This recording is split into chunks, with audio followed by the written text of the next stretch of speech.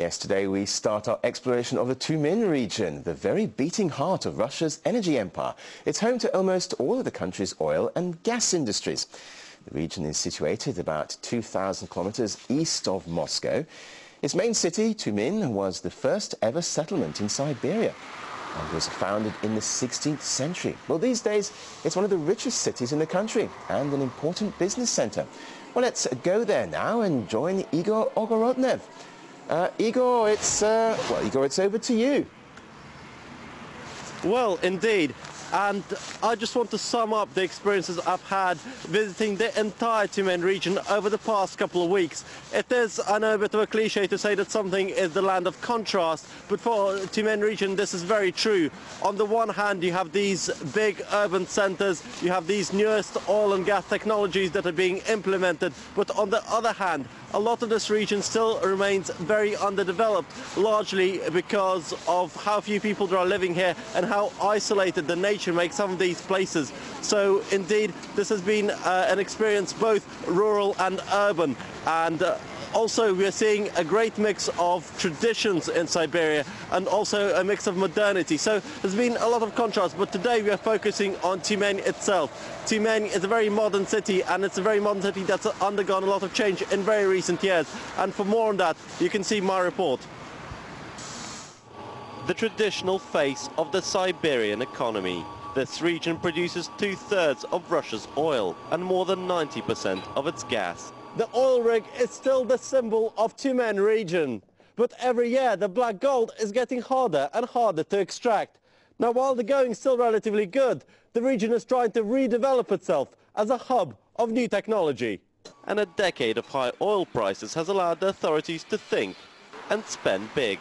Tyumen city, the region's capital, has seen new towers reach into the skyline, with construction leading the consumer boom.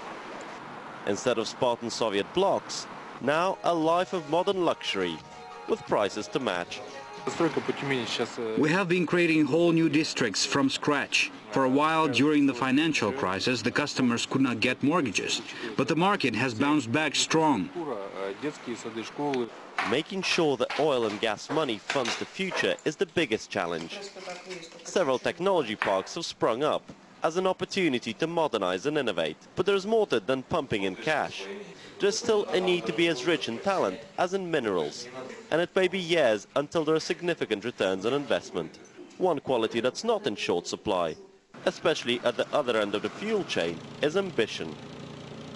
Local engineers say that Siberia's rugged climate has given them the idea for a perfect all-terrain vehicle. To see if it drives as impressively as it looks, we've decided to take it for a spin.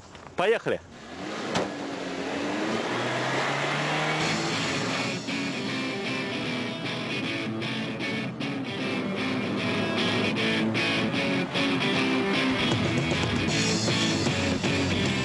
Well, it's a comfy ride, but as the world's leading car makers cut back, some say the project is the ultimate white elephant, but not its owner.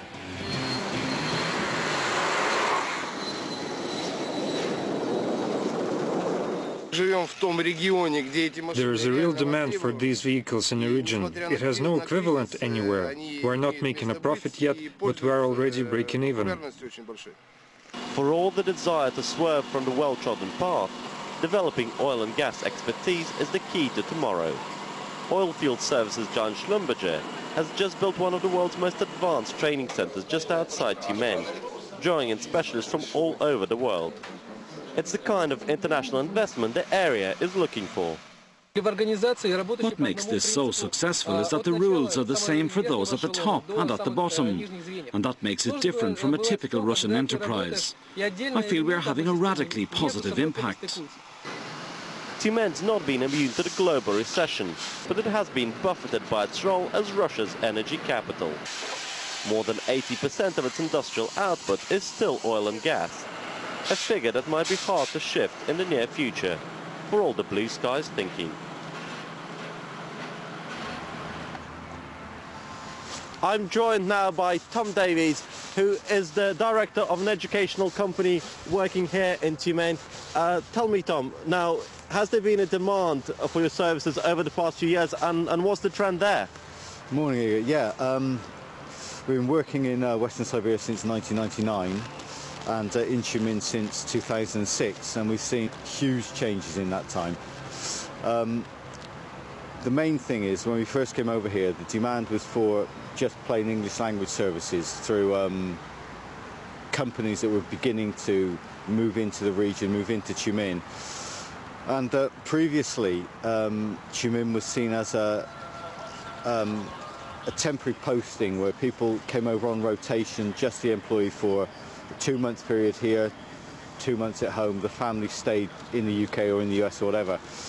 And now the city is being established as a full-time posting, so not only the employers coming here, but the families too. Is that being driven mostly by expats, this demand for a full-time, or are the locals getting involved as well in these educational services that you're providing? Well, the English language services we're providing are split between our corporate clients who want English language training for their Russian employees, and now with the advent of the families coming here, the expat families coming here, there's a demand for the establishment of educational facilities, so UK curriculum educational facilities here. So the families are coming, the children are coming too. They've got to be educated. Well, to somebody who's been offered a job here in Tyumen, would you recommend that they take it? Are the facilities getting more available for foreigners coming over? The point is, previously it really wasn't possible because you couldn't bring the wife and you couldn't bring the kids if there were no educational facilities. So those educational facilities now exist here so that the families can come, the children can be educated, so it's now like a full-time posting and they live here. And with the development of the city, the leisure facilities, the retail facilities, I mean, really Tyumen now has everything that a city of its size in the UK would have. Thank you for that. Thank you for that, Tom. We've been speaking to Tom Davies, who's the director of an educational company here which deals with English language services, and we'll be joining you in another 2 hours for a different interview. Great stuff. Thanks for that. Correspondent Igor Ogorodnev, live from the Tyumen region.